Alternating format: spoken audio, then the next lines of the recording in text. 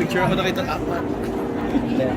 Ito pong Underground is directed by Direct Brillante Mendoza's protege, Daniel Palacio. Is he with us? Daniel, please, Daniel Palacio, ladies and gentlemen. Yes. Congratulations! Speech. Congratulations. And again, it's a testament of how, of course, Direct Brillante has really inspired and made an impact on the lives of these young directors. So congratulations again. Hi, Direct. Good afternoon.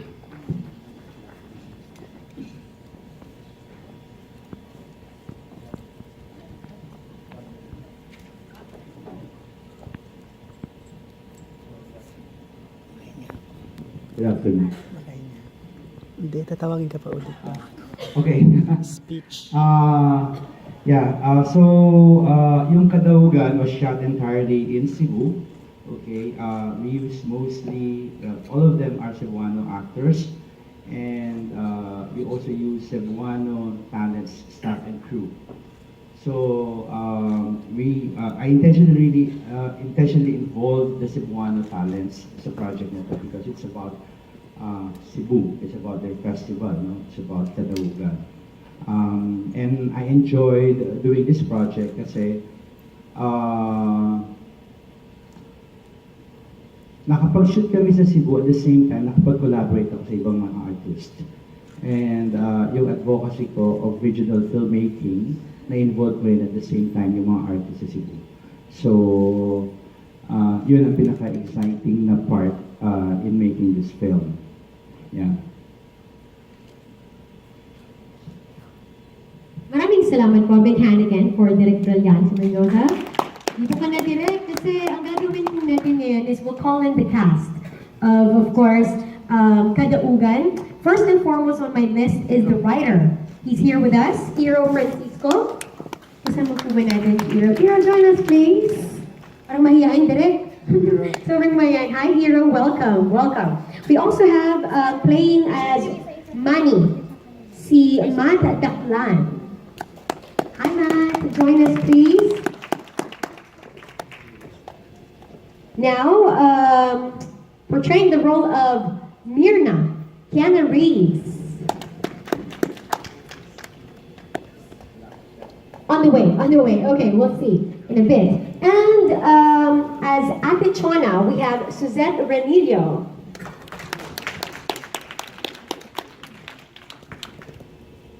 Okay, so maya-maya we hopefully would have more of the cast.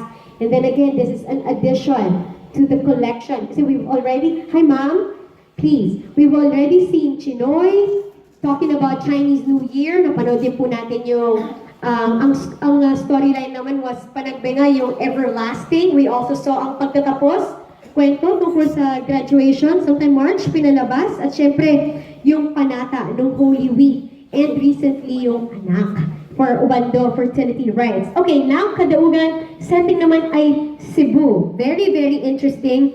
Will air on July 30. Di ko alam kung maganda yung position niyo direct, but we have behind the scenes. You guys want to see it too?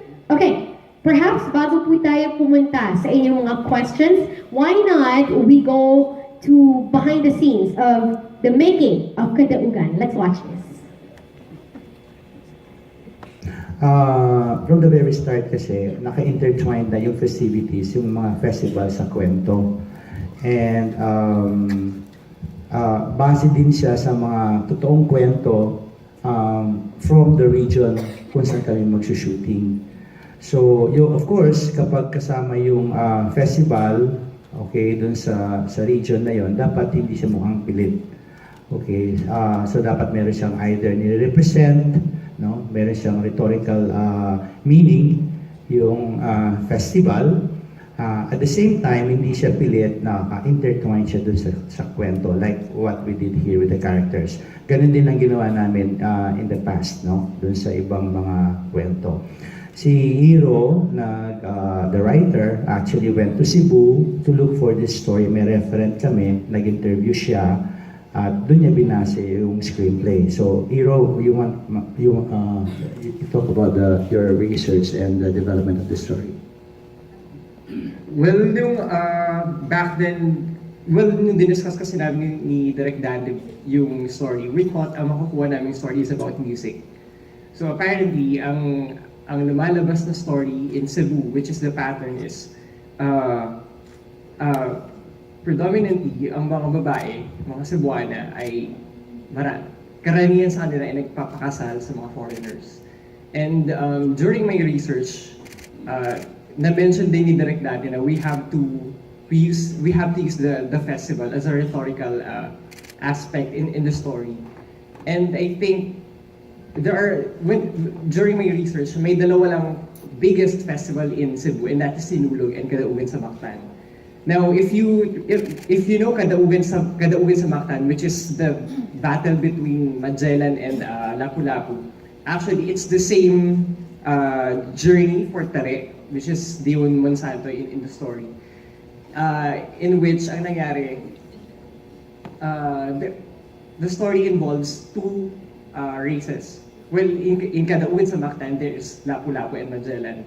Well, for this one, it's kind of a different reenactment, I guess. So it's the battle of Tare for love. So, well, yeah, that's the purpose of the festival, or the rhetorical symbol of the festival in Kadaugan. In other words, the characters don't have any direct relationship to the festival. They're not dancers, they're not participants. They just happen to be there. Well, at least for Tare, the Cebuana, she's a dancer. But for Johan, he's a photographer, and that's actually his job in the story. He has to take photos of the festival of Cebu, because actually, although it's not really planted in the story, yung job niya is the reason why he's there, and the reason why she met Tare. Yeah. Okay, thank you. Okay. Thank you, sir, for your question. Sir Glenn? Yes, good afternoon, Glenn Sigonga. Direk, what can you say about sa support na ibinibigay ng SM sa inyo at saka of course dito sa Brillante Mendoza Presents? Kasi ilang beses na tayong nag-screening dito, and hindi lang yun yung support na ibinibigay niya ng SM, kundi pati sa Philippine cinema. We have yung mga sine lokal, di ba? What can you say about that? We're very thankful with SM kasi in fact, like what you mentioned, no, hindi lang ito, and this is not the first. Actually, marami kami activity with SM before, no, through Miss Millie Dizon. Actually, about 7 years ago pa, no, we started doing the film appreciation, film screening, no, in different schools and universities all over the Philippines. And our audience are mainly students, no, from different schools. So we're very thankful kasi parang parang community service na rin ng ng SM. At the same time, na-educate yung mga manonood, no, about alternative films. Hindi lang yung karamihan na pinapanood kasi natin are mainstream. So exposed talaga ang mga audience natin sa mainstream. But with this kind of films, like halimbawa ito ginagawa natin with TV5, at least nagkakaroon sila ng alternative viewing. We're very glad that SM is on same line ng advocacy natin. Bakit parang hindi ka nauubusan ng story idea, ng mga concept? May mga haters kasi. Meron kang creative team na binuo? Of course, merong pool of writers, but other than the pool of writers, ang kwento kasi is endless, no? Hanggang may buhay, may kwento. Buksan mo lang yung mata mo, hindi mo kailangan mag-isip eh. Makikita mo na kagad ang kwento. Bawat isa natin may kwento. At ang kwento hindi kailangan siya inspiring palagi sa magagandang bagay. Pwede kang ma-inspire sa hindi magandang bagay. Pwede sa mga nakakalungkot, pwede sa hindi magandang nakikita. Inspiring din yun eh. Kasi alam mo makakapagkwento ka doon. Pero sa busy mo yan, may time ka pa for your live life? Live life? Meron ka pa ba? Next question. Check mo daw direct. Next question na lang. Ay, So, hindi ka na-inspire to love, ah. Okay. May tatanong ako. Yung isa na lang. Si Keanu Reeves, di ba? Kinuha mo ba siya because meron mo siyang connect kay President Duterte? Ay, hindi. Hindi, Cebuano actors talaga at bagay siya doon sa pag nakita mo siya dito sobrang sobrang Okay naman ang bagay acting niya. siya. Okay naman. Oo, natuwa ako sa I was surprised sa kanya actually. Ang dali niyang katrabaho. Ganun. Direct Dante, yung mga talents ko, alam mo na.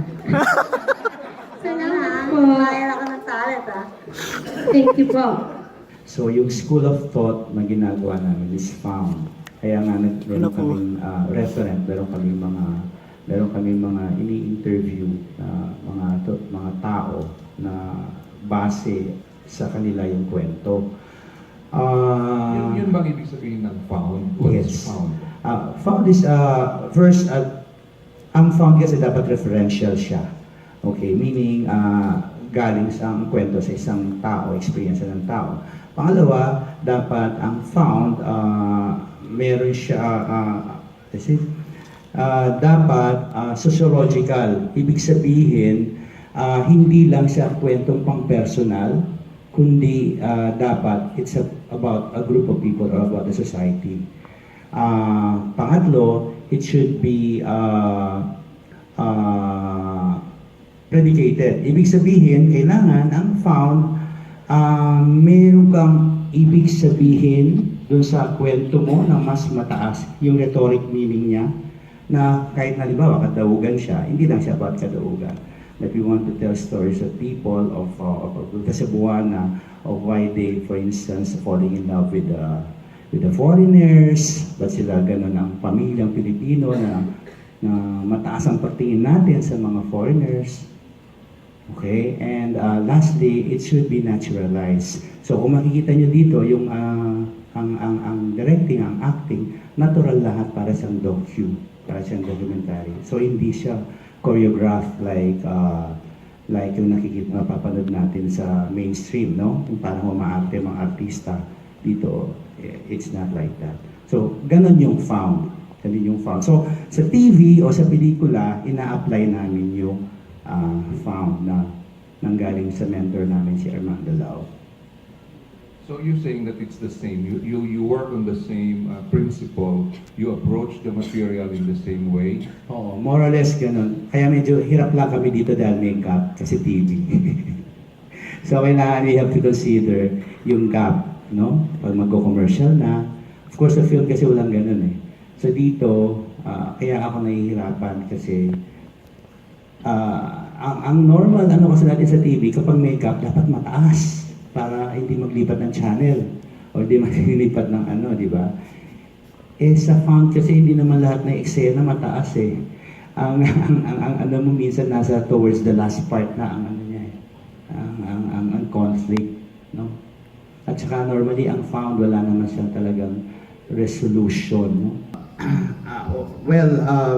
Ang alam ko lang, we got good reviews, no? We got good reviews with dun sa episodes na pinalabas, pero yung reaction ng mga tao, of course, for those who watch, di ba, marami ring natuwa, pero yung masa, I really don't know kung paano yung nag-reaction nila. I think ang TV5 can best answer that.